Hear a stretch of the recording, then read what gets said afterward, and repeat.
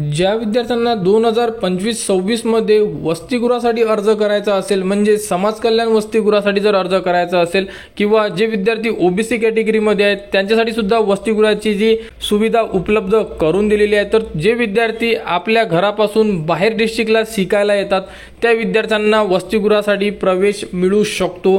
त्या विद्यार्थ्यांना फक्त वसतिगृहासाठी ऑनलाईन अर्ज करावा लागतो। तर या वर्षीसाठी सुद्धा तुम्ही अर्ज करू शकता। तर बघू शकता 2025-26 जेही विद्यार्थी यावर्षी फर्स्ट इयरला ॲडमिशन घेत असेल, म्हणजे 10वी झालेली असेल तर विद्यार्थी 11वीला प्रवेश घेणार, त्यानंतर 12वी झाली असेल तर फर्स्ट इयरला, जेही XYZ first year engineering, pharmacy, agriculture, BA, BCom, BSc XYZ कोणत्याही अभ्यासक्रमासाठी तुम्ही प्रवेश घेत असाल आणि ज्यांचीही समजा डिग्री झाली असेल, फॉर एक्झाम्पल कोणी इंजिनिअरिंग करतोय, कोणी BSc करतोय, तर MBA, MCA, MTech या संदर्भात जेही विद्यार्थी प्रथम वर्षासाठी प्रवेश घेत असेल तर तो विद्यार्थी SC असो किंवा OBC असो किंवा NT असो, या संदर्भात कोणत्याही कास्टचा विद्यार्थी असेल तर तो विद्यार्थी वसतिगृहाचा लाभ घेऊ शकतो।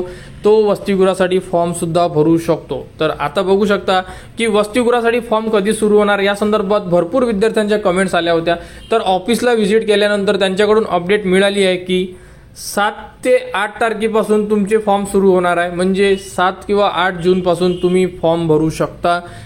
फॉर्म सुरू झाल्यानंतर संपूर्ण ज्या प्रॉपर अपडेट असेल, फॉर्म फिलअप, डॉक्युमेंट्स या संदर्भात संपूर्ण ज्या अपडेट आहे तुम्हाला दरवर्षीप्रमाणे यावर्षी सुद्धा आपल्या चॅनलवर देण्यात येणार। त्यासाठी चॅनलला आताच सबस्क्राईब करून ठेवा, जेणेकरून फॉर्मचा व्हिडिओ, लिस्टच्या अपडेट या संदर्भात संपूर्ण अपडेट तुम्हाला आपल्या चॅनलवर देण्यात येणार।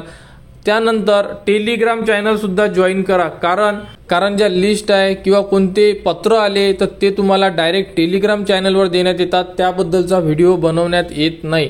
त्यामुळे काही अपडेट टेलिग्राम चॅनलवर सुद्धा असतात आणि वसतिगृहाचे फॉर्म सुरू होणारच आहे या आठवड्यामध्ये।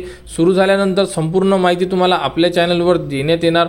तरी तुम्ही कोणत्या अभ्यासक्रमासाठी प्रवेश घेणार आहे आणि कोणत्या जिल्ह्याला प्रवेश घेणार आहे हे तुम्ही निश्चित करून ठेवा, कारण तुम्हाला तो जो फॉर्म आहे तुमचा तो त्या जिल्ह्यासाठी फिलअप करून घ्यायचा आहे। तर वसतिगृहाच्या संपूर्ण अपडेटसाठी आपल्या चॅनलच्या कनेक्टमध्ये राहा व हा व्हिडिओ इतरांपर्यंत शेअर करा।